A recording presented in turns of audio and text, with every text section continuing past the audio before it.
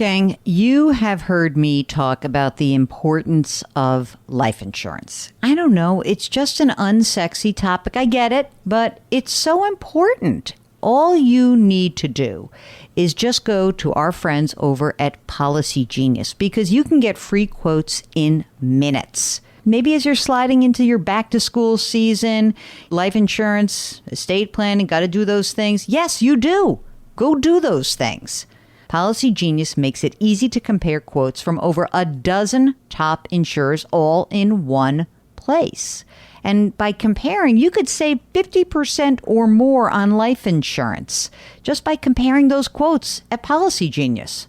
You could save $1,300 or more per year on life insurance by using Policy Genius. Eligible applicants can get covered in as little as a week thanks to an award-winning policy option that swaps the standard medical exam requirement for a simple phone call. This exclusive policy was recently rated numero uno, number one by Forbes. PolicyGenius.com to get started right now. Policy Genius, when it comes to insurance, it's nice to get it right. Welcome to the Jill on Money podcast. It is Monday, August 2nd. It's August, which is really one of my favorite months because it's the month where I take a lot of time off, hopefully. This could be a banner year for me. I might get a real 2-week vacation, maybe even a little bit longer. I'm going to work that 3rd week mark, I decided, but not hard. I'm going to go like half time.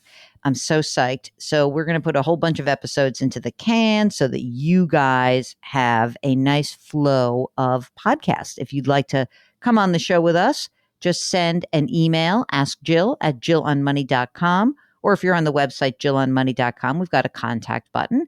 You can, of course, just write an email. But if you want to come on live, Mark does the rest. He does all the technology and all that fun planning stuff and scheduling. It's better when you come on live. I don't mind reading the emails. I'm just saying that I think you guys tell your stories better than I can read them. Okay? That said, Ellen has a question, and her subject is, what now? Dear Jill and Mark, I recently discovered this show, and I'm hooked. I love the smart, to-the-point information and how you help others solve their dilemmas. Here's mine in a nutshell. Married, ages 52 and 53. Spouse works. $102,000 a year. State employee, 7 years left until he can retire with full benefits. Oh, I love that.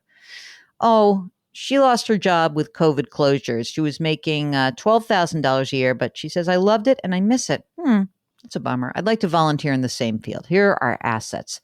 Their houses were somewhere between $800,000 and $1 million. The mortgage is $180,000. The rate is 3.6%. Spouse has a 403b with $350,000. She's got a brokerage account, $350,000, mostly large caps with a growth and dividend focus, and a recently started Roth.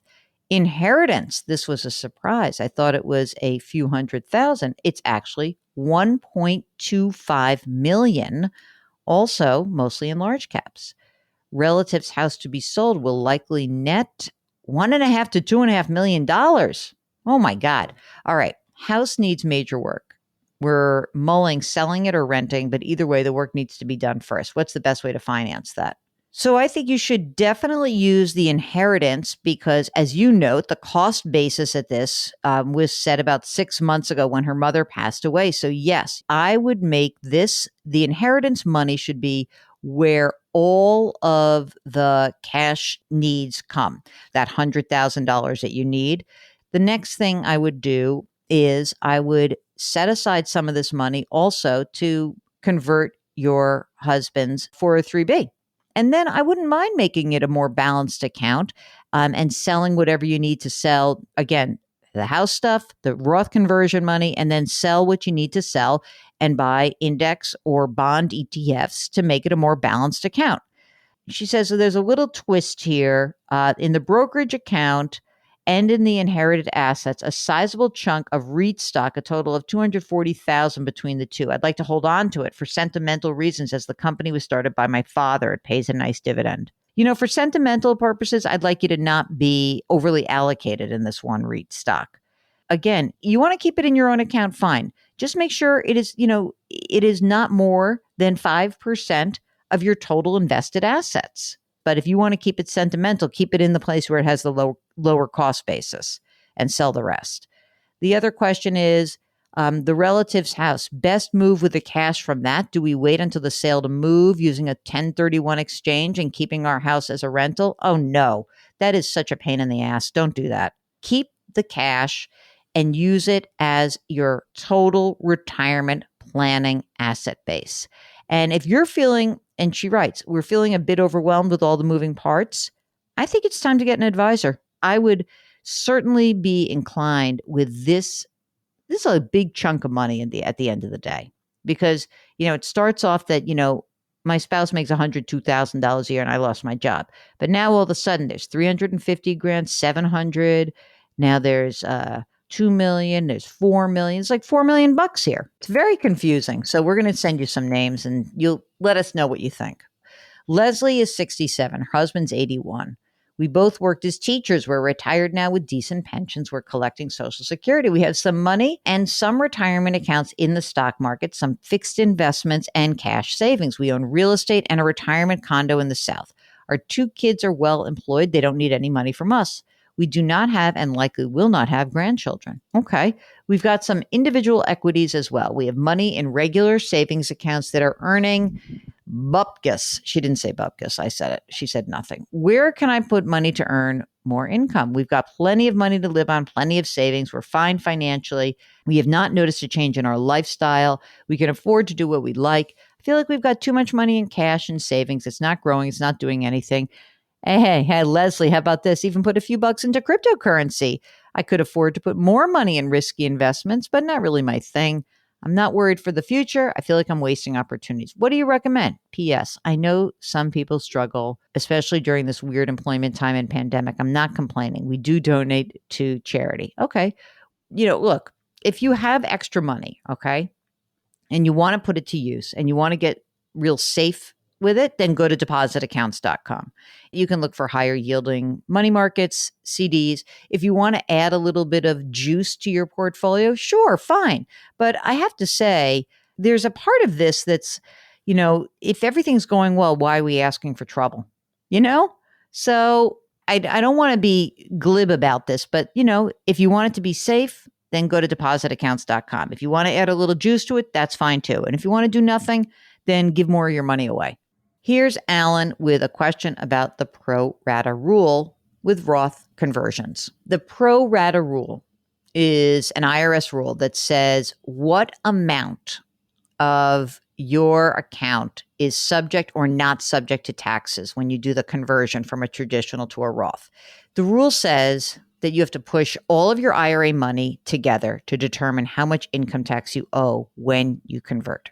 If you have no other IRAs and you open up a non-deductible $5,000 IRA, right? You just throw money in or $6,000 and then you convert it, you owe tax on the earnings, if any. But if you have $95,000 in a traditional IRA and you're trying to convert the non-deductible IRA, the conversion would be mostly taxable at 95%. So what I want you to know is that the barrier to the backdoor Roth is this thing called the pro rata rule. The whole point of a backdoor Roth is you put money in after tax into this thing called a non-deductible IRA and then quickly turn the switch over and make it a Roth IRA.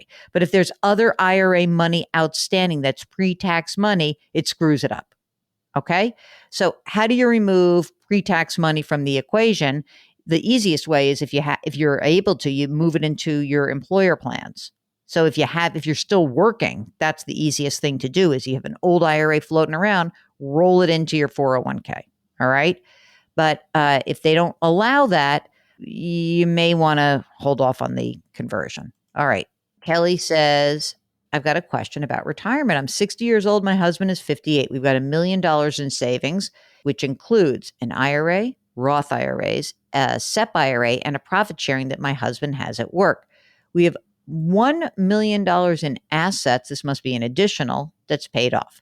So they've got 2 triplex investment properties, a condo, a 2-family home, and their primary residence. Okay. Kelly's got her own business. Net's around $80,000. The rental properties bring in $110,000. I would like my husband to go part-time, which I think he could easily do. Right now, he makes $60,000 a year, but he's got the benefits. They own a boat, costs about 15 grand a year between the marina and the winter storage. I would still have my business, which my husband is a big part of. What are your thoughts? Thanks so much. Can he go part-time and keep his benefits? Can he go to at least maybe reduce time? I wouldn't give up my benefits. So number one choice I say is reduce work just to the point where you can keep your benefits. I guess you should go on the marketplace and the Affordable Care Act and shop and see just how much it will cost. But, you got a lot of money, but you don't have a lot of liquidity. So I'd like for you to keep those benefits as long as possible. All right. This is Don, who says, thanks for all the knowledge you share on your show. I'd appreciate your thoughts on how LLC business owners should view financial rules of thumb, because separating business and personal money is different for us than non-business owners. Emergency funds, net worth, investment portfolio, a little differently because of the cash we leave in the business. For example, my wife and I have 6 months of emergency money in our savings account.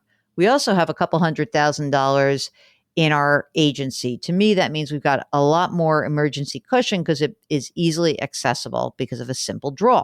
Another example, they're aggressively invested 80-20 stock to bond in their investment mix until you consider the money in the business. Then the number changes. What are your thoughts? Okay, here's really what they have. You ready? He's 58, wife is 54. Kids are launched 26 and 22. He makes $250, she makes 20 grand. He maxes the simple IRA. He's going to work until age 62 and then remain on as a consultant until 65. So they've got $95,000 in emergency savings. Okay, that's fine. 850 grand in a simple IRA, 225,000 in business equity, and home equity about 390,000. So here's what I would say, Don. I wouldn't be so cavalier about, I could just grab my business equity whenever I want. That's fine. But even if that were the case, you make a lot of money. I'm surprised you don't have more saved. And I would say that business equity thing, I'm not into this whole, I think I have an LLC, so, I'm familiar with this. I'm not exactly sure why you don't have just, instead of having money in a business equity, take the money out and invest it, or invest it inside of a corporate account, or talk to an attorney, a CPA about this. But my guess is that they could start to really aggressively save right now. But I think maybe they got to do a little bit more on the savings front. Check your numbers, but I think you should. All right, that's it. That's the program. Have I been a buzzkill today, Mark? I know, it's not really good. It's not great. I'm sorry. I think that many of the people out there who are looking hard at trying to save money and retire and do that, run your numbers. You can do this, especially if you're running a business. You know how to very quickly run an analysis of the future. Thank you very much for listening. If you have a financial question, ask Jill at jillonmoney.com. Ask Jill at jillonmoney.com. If you're on our website, jillonmoney.com, hit the contact button. That's all you got to do, and we'll get it. Don't forget to subscribe to us if you're listening to this on YouTube, and tell your friends all about the program, because we are expanding our audience day by day. It's great. Thank you very much for listening. Please do something nice for someone else today. Grit, growth, grace. We'll talk to you tomorrow.